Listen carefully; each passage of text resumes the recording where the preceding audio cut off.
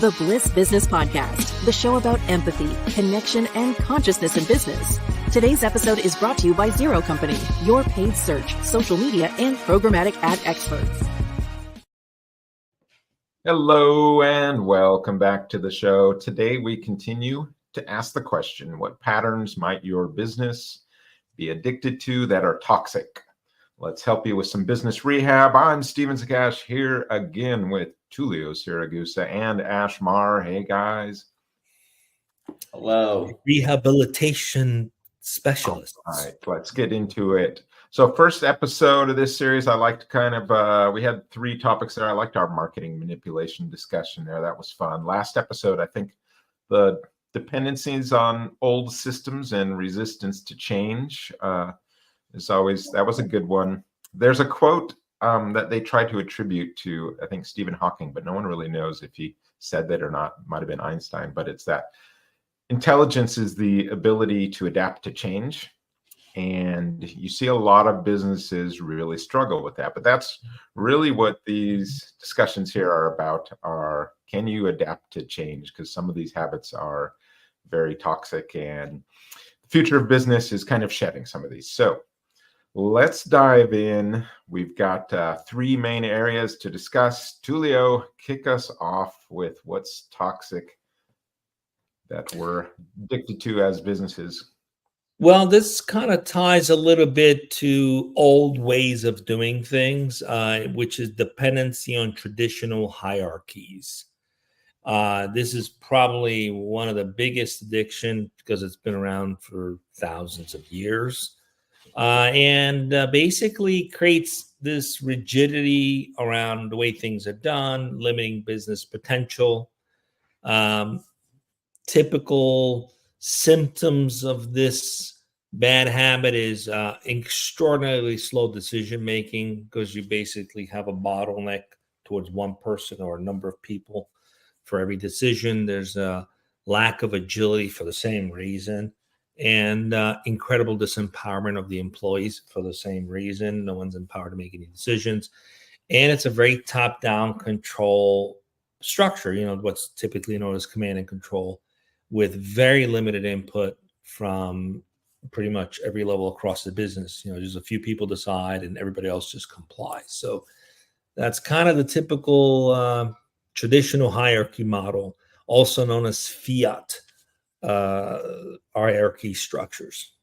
Yeah, so this is a big one because most organizations, they're designed this way these days. So, but I think if we step back and look at consciousness, it's these dominator hierarchies, right, that are really the hallmark of, in business, this modern level consciousness where it's kind of a machine and you've got some leaders at the top, and that's the way it's been working for really a long time, because like you said, Tullio, this goes back even thousands of years where you've got these dominator hierarchies, right?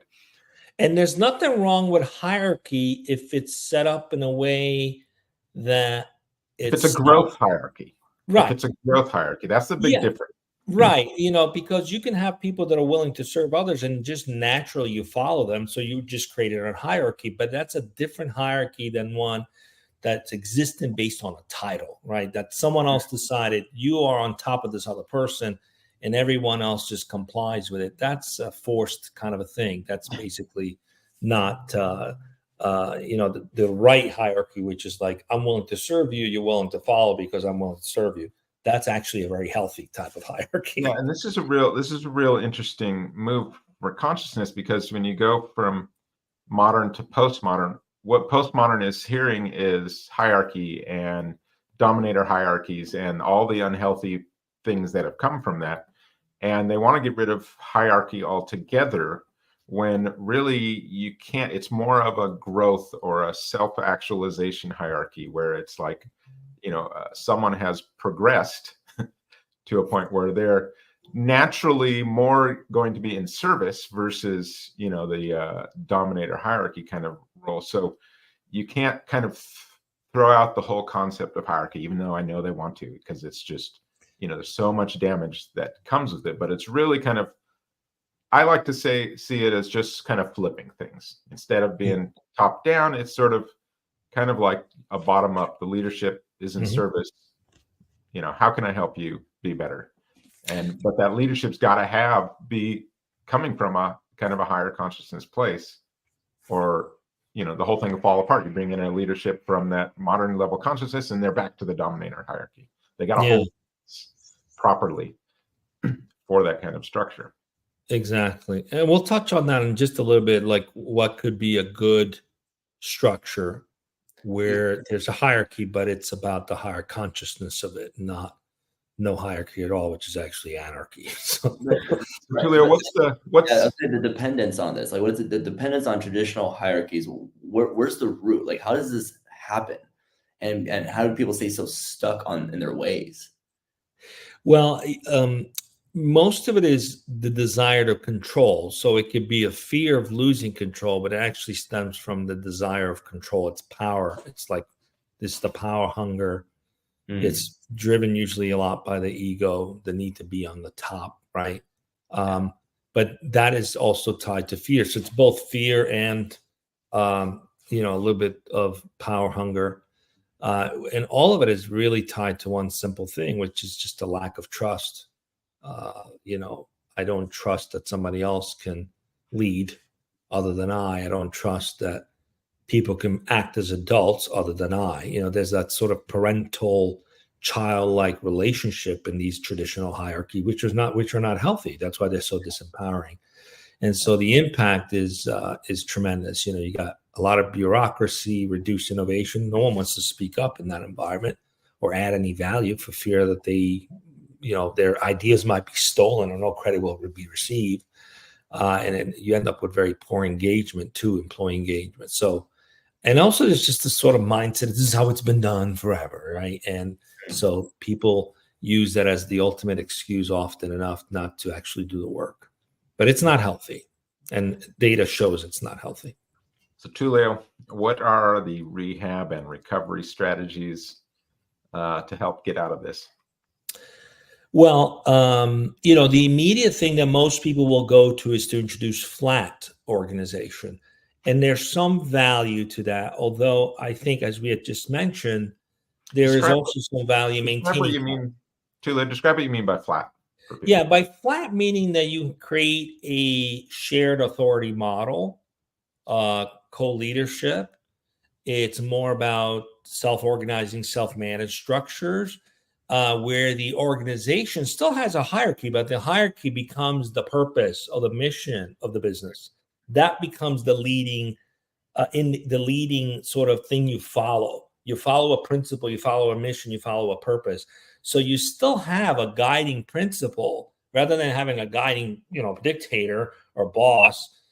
You have a principle that guides you. So you still have that. And then within that environment, you have always individuals that will step up to want to serve others, to want to be of service to others. And so naturally, it's a tendency to want to follow someone who's willing to serve. So you end up with a very healthy structure where it's purpose-driven, it's mission-driven, and there are people within that are willing to serve the greater good of the organization that naturally become leaders that people follow. So now you have a healthy hierarchy, which is based on interdependence instead of what's traditional hierarchies, which are based on codependence. That's why it makes them so unhealthy. It's a codependent environment. So on one hand, yes, daddy, mommy, can I do this, right? And the other hand is like, hey, how about we do this? Here's the impact it's going to have on our business. And this is where I think it could do better for us. And everyone corrals around this idea and works together. So incredible innovation comes out of that. One is controlling, the other one is freedom-based, innovative. So it doesn't take rocket science to figure out which one's going to serve the business better. Again, I go back to that quote on intelligence's ability to adapt to change. One of the great advantages of this sort of meshwork structure is that you're empowering people that are closer to the front lines of what is being done. And so in that structure, the ability to adapt to change, to react, you can make decisions extremely quickly. And in the business, having that's an advantage, to be able to move quickly, to be able to adapt, to be more flexible. Yeah, and the secret sauce is you still need some controls in place. But the secret sauce is that the people are not the one creating the controls. It's an objective that we all agree to. That becomes what we're striving towards. That's why we are very familiar with OKRs. We like OKRs because that becomes our guiding post. As a team, there's something that's controlling how we input our time, which is a goal that we've all agreed to try to achieve for a quarter, for example. So that becomes the thing that we're sort of, I wouldn't say subservient to, but we're definitely in compliance to try to make happen because we've agreed to it. So the goal is, it's actually not very difficult to move from traditional hierarchy to a collaborative environment. And that's the key point. You have to introduce more collaboration. And so leaders become more coaches, mentors, less the guys who make all the decisions. So there's a few things that need to happen. One is you got to create an environment where people can collaborate. You have to be a lot more transparent with what needs to be done. Bring people into the fold of what's going on across the business. Let people contribute ideas on how to solve some challenges and how to go about solving those challenges, and let people collaborate to do that. And then as a leader, you play more of a coach, mentor type of role, but also participate in it just like everybody else. So you start to remove yourself from being the go-to person to being the person who's just kind of being the cadre or the champion for collaboration. So instead of being the boss, you just become the champion for collaboration. That's ultimately the role of a good leader in a structure that removes itself from this toxic mindset of like. Plus, it's a lot more work for leaders to have to make all those decisions. So much pressure. You got to decide everything.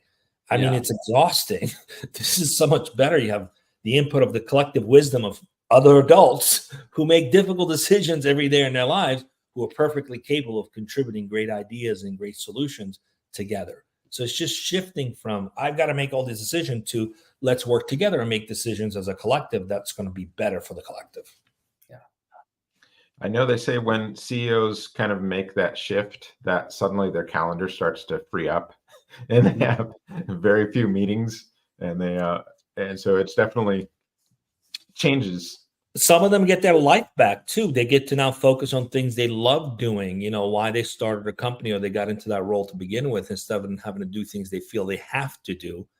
So there's a tremendous freedom that happens even for a CEO who now realizes they can find joy back in their job. Because a lot of CEOs are burning out because the structure that's in place, it's like having a ball and chain dragging you down. Well, it's not just CEOs that are burning out. Ash, what's your business addiction you'd like to change?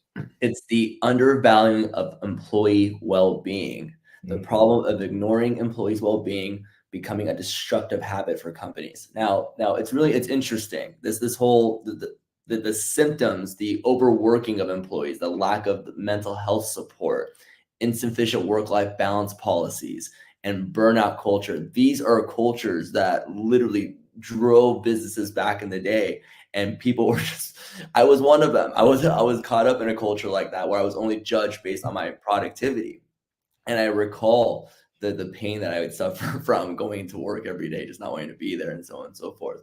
But I think that's a massive toxic trait that is still very prevalent. Although a lot of organizations are veering towards a more positive direction of taking care of their employees, a lot of small businesses and maybe more antiquated organizations are really pushing their employees and really focusing on a work. I don't even call it work hard culture, but I think there was a quote recently from the Netflix CEO talking about creating a culture where it's not a familial culture. He's saying, hey, create your A team. And in that A team, they're going to be aware that they may be traded one of these days. Their value is based on how much value they bring, how hard they're willing to work. And I don't know. When you see cultures that are still attached to that, it makes you wonder, but again, and undervaluing employees, well-being overall, I think. A great example of that today is the whole debate around work from home or hybrid work environments.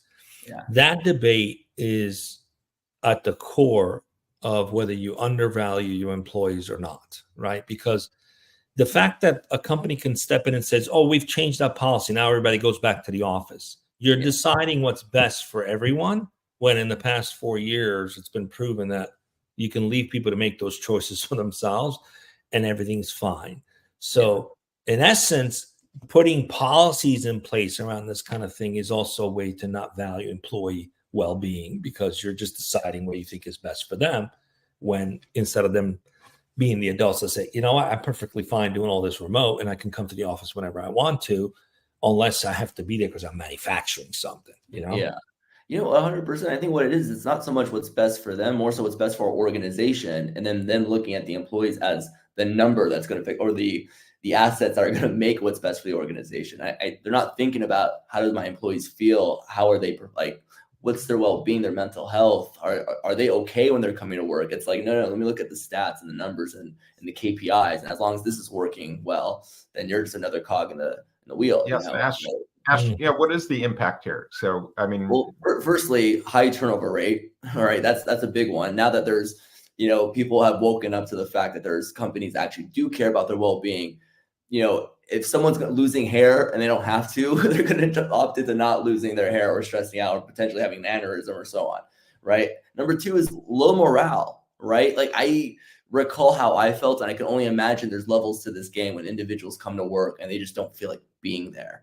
That's very, very painful in terms of impact, and ultimately decrease productivity and negative internal branding, right? How these employees feel about your organization, and when they leave these organizations, what they say about you, right?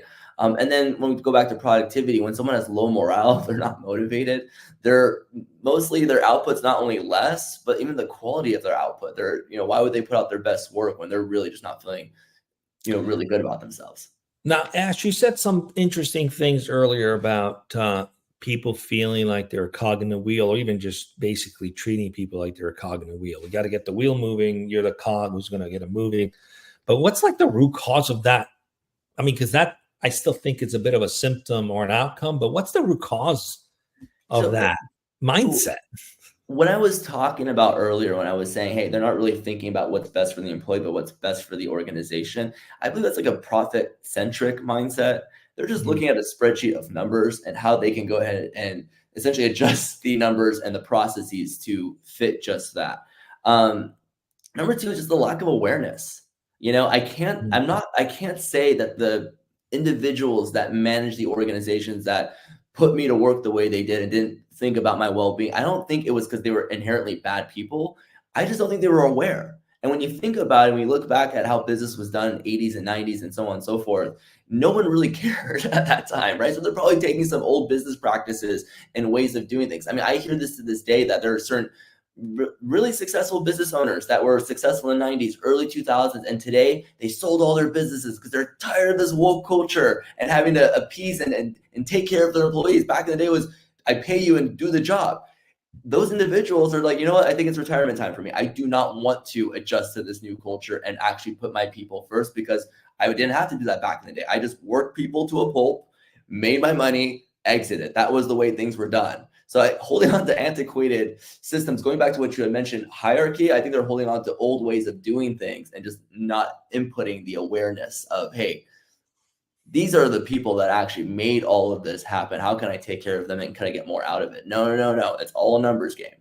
And I think there's one more. Going back. Last time I made that point, cultural norms is it. Just people following what the traditional way of doing things has always been, which takes away from their awareness of what's actually happening internally. You said something really interesting. I mean, that's like the hustle culture too. That's a problem today. But hustle culture. Yeah. I think those guys from the old school that retire, they actually do a great service to society if they don't want to change. Yeah. It's the guys who hang on and keep perpetuating that old system. That's the problem. Please retire or change. 100%. If you just can't, because it's work. I mean, it's work to have that level of awareness. You're already focused on the big picture of your business and so on and so forth. But if you don't have a northern light when you haven't had one before, to have a mission when you didn't think it was necessary, and you got to, at that point, if this is not the game you want to play, then you decide, hey, I just don't want to play anymore. I want to walk out. Then you're right. You're doing a service for the world. If they aren't leaving though, what's the rehab and recovery strategies here if they're not planning on leaving? Well, first off, being aware, right? So that's first off being aware that there is value in taking care of your employees. And if you're aware of that, then advocating for comprehensive well-being programs. Give your employees the opportunity to feel good when they come to work. Hey, what are the things that you need, whether it's meditation practices, wellness practices, programs like that, instructing your employees that it's okay to take breaks and stretch your arms out so you don't end up having a carpal tunnel situation, which is also a very prevalent thing. These poor employees that are working their butts off, it ends up affecting them physically. So it's like they're investing into their own destruction, really, if they don't get themselves out of that situation. So having a comprehensive well-being program that's able to actually, take care of the employees as well as give them education and resources that they can rely on, that would be very effective. Number 2, flexible work arrangements. Some people work better at home. Some need to come to the office. Allow the employee to make that decision, right? If you're especially when you're working with a team of knowledge workers, their flow state is super important to them. So taking that away and trying to adjust how they do their work, you might, if someone who's super task oriented and you want to put them on a conveyor belt, I mean, that might work for someone like that, but if you're trying to get the most innovative work done, creative output, and so on and so forth, you have to be flexible with that person's arrangement. Also, if they're not doing well mentally and emotionally, and they maybe need to be able to have that flexible arrangement so that they could be able to continue producing the best work for your organization, allow that flexibility. And then lastly, mental health support. And I would say this last, mental health support, providing support for someone who is struggling and giving them the outlet to be able to communicate that if they need to, right, in some way, shape, or form, and even giving them opportunities to connect with the right resources and so on. Even whether it's benefits and things like that, encouraging to use those benefits to seek mental health support. And I know I said that was the last one, but there's one more: fostering a culture of care and ultimately empathy. Have empathy for your people. If you have empathy for them, they will have empathy for you. If you don't have empathy, they for sure will not have empathy for your organization either. So I think those are some of the recovery tactics that I think would totally turn the game around for someone who's... Now, interestingly, there are some companies that have made efforts to introduce these things by putting in place like a chief wellness officer or chief heart officer, right? But I actually believe that's the role of the CEO. Yeah. That is not a role that should be outsourced to a third party in the organization, or it should be the way Sarbanes-Oxley handles financials, right? Where the CFO and the CEO have a little bit of a Chinese wall, a separation of church and state sort of thing in terms of handling those issues, right? So you'd have to have some legislature that says that whoever's going to have that role is responsible for the well-being of the employees, which means they can override a decision that would hurt the employee from a CEO, for example. Just the same way a CFO in a Sarbanes-Oxley compliant company can override a decision of a CEO, right? So I think there's some guardrails that are missing there, personally, in terms of actually making that role work, because whoever has that role should be empowered to make strategic decisions for the organization. But who knows? Maybe someday someone listening will say, that's a good idea. We should probably implement that. All right, Steve, let's keep going here. What else we got? We got one more, our 9th bad habit, toxic addiction of businesses. Which one is it? Yeah, and we've talked about this a lot, and I like the theme today too, because all of these kind of intertwine a little bit. And this one is the single shareholder purpose is so prevalent and so problematic at times. So that's just prioritizing those shareholder profits over all other stakeholders. Now, we did our scandal series and stuff, and we kind of saw that some of this, the problems coming from that. So, but what you see here is, short-term profit strategies. You see people neglecting the environment. You see, poor community relations, people dumping trash off the back of their boats. You see all kinds of things that we've talked about. But in the lack of the employee and customer focus, I think a lot of people are pretty good at the customer focus. I think that's kind of in there, but it's like, okay, here's our shareholder values and we take care of our customers. And it's like, okay, and your employees, and what about your community or the environment? Are you taking this bigger perspective?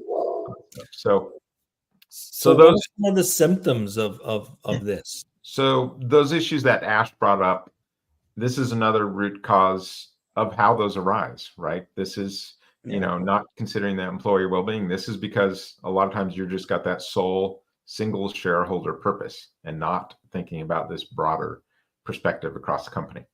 So Steve, what is the impact of having a single shareholder only purpose? Like, how does this damage, or what are the implications of this? So I like I had mentioned earlier, I think one of the things, when we did all those scandal episodes, we went through and we're trying to figure out all the different root causes of them.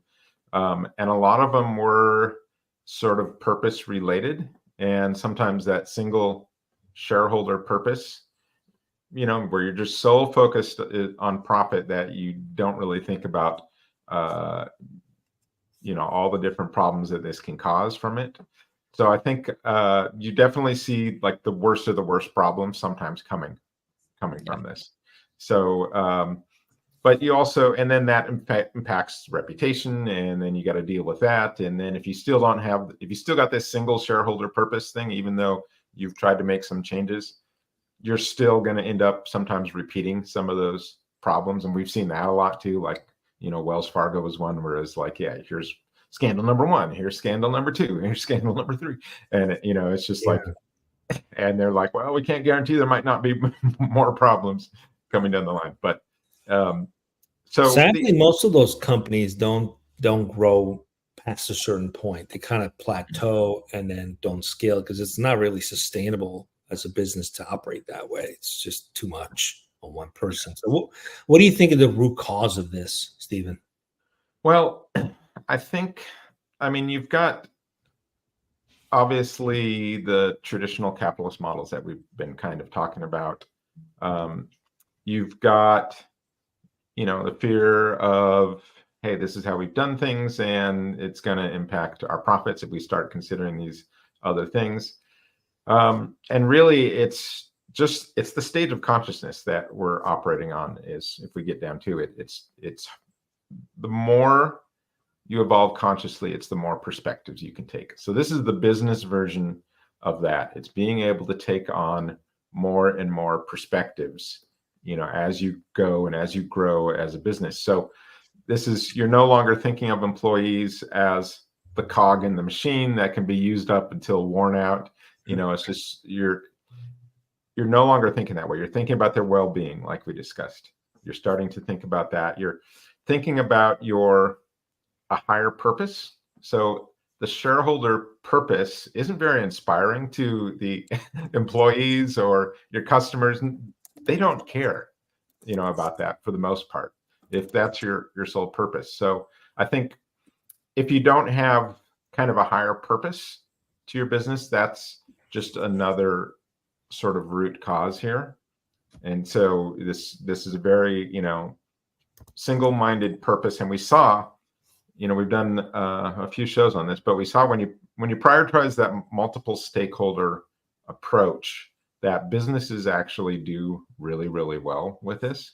And so we had that one study that showed, these multi-stakeholder businesses that they had over a 15-year period is 1,681% growth versus the S&P, which was 117% growth. So just massively outperforming them.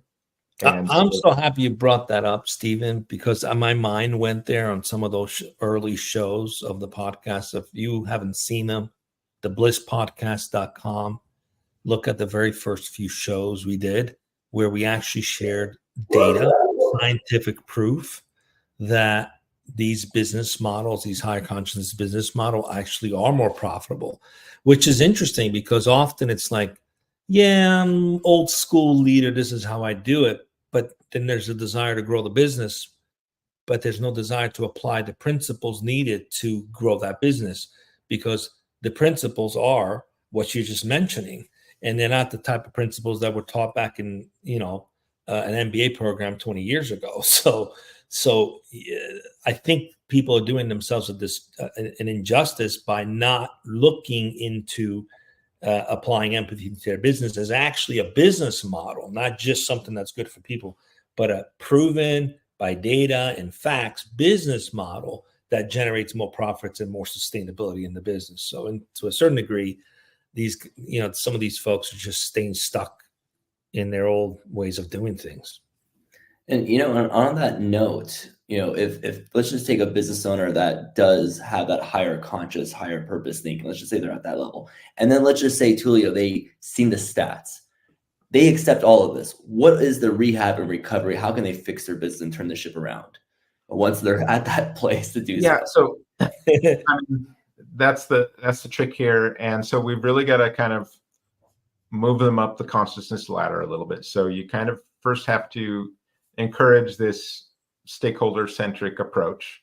Hey, let's look at all this. You got to basically, pick up the book, Conscious Capitalism or something, and kind of understand, the conscious capitalism principles here, and, purpose driven business models, so that you can kind of integrate all of this and expand your perspectives on the entirety of your business. So again, this is a move from modern consciousness to postmodern consciousness. So it's not easy, but it's where we're going, and a good, a huge chunk of businesses are already there. So it's a lot easier than it was, like you said, like 20 years ago, for sure. So I think just, you got to build up that knowledge a little bit. And then where it gets real tricky, I think, is, how do you hold that as a system in your business? So you've got to have like some sort of framework that considers all this. And when you think about it, it's kind of a problem, because you've got boards that are beholden to the single shareholder purpose, with their fiduciary duties. So I think there's kind of some legal adjustments even that people have made to kind of limit the board's responsibility, at least to kind of that area. But it's still kind of ingrained into the legal framework a lot. So you're seeing there's like the holacracy structure. They have a multi stakeholder kind of board there. And I think what that means is, they've still got the fiduciary duty sort of responsible members of the board there, but then they've also got these other people considering each of these other stakeholders in the business. And it's in the boardroom discussion kind of thing, which a lot of times it's not in the boardroom. So that's kind of one of the structures there. You've got B Corps too, that take a more conscious capitalism, triple bottom line approach. So, that's one of the other things that's kind of come along. Is what you see here, though, is like consciousness trying to find its way past this dominator hierarchy because of its issues, right? And it's trying to figure out, hey, how can we solve some of these problems? Like we just mentioned, some of all those issues. So it's not easy, because we're still stuck in a lot of the old ways of doing things. So I don't know, you're going to need, for business, you really got to educate. You probably need some workshops on, the stakeholder thinking and developing frameworks. So you might want to just set up a series of workshops and training on that. I think listen to about 40 hours of our podcast. For sure. 40 hours of it, you'll get a master class out the I know. You will get a master class on this. If you go back to, we had a podcast 2 weeks ago with Blair Casey, where we talked about EQ and leadership. And I think that's really one of the first steps you kind of have to take, is get your leaders developing that emotional intelligence, because then they're going to become, more empathetic, and then they're going to start taking on this broader perspective type of thing. There's kind of a progression here. So you're going to have to go through that. It's just, one of the big problems we're facing is just that you've got this old structure that's so ingrained in it, and we've got now some new structures coming online, and they seem to be working really, really well, but you don't have a lot of modeling of this because it's so new, but they're coming online. And I think what you're seeing here is a lot of these problems kind of being solved, but you've got leaders who have no experience in this. They're coming from that traditional hierarchy. So you're going to have to be careful too. Maybe you've developed a self-managed company or whatever, but you want to bring in a leader. That's going to be tricky because they aren't experienced in doing that. Yeah, and I think there's empathy opportunity for those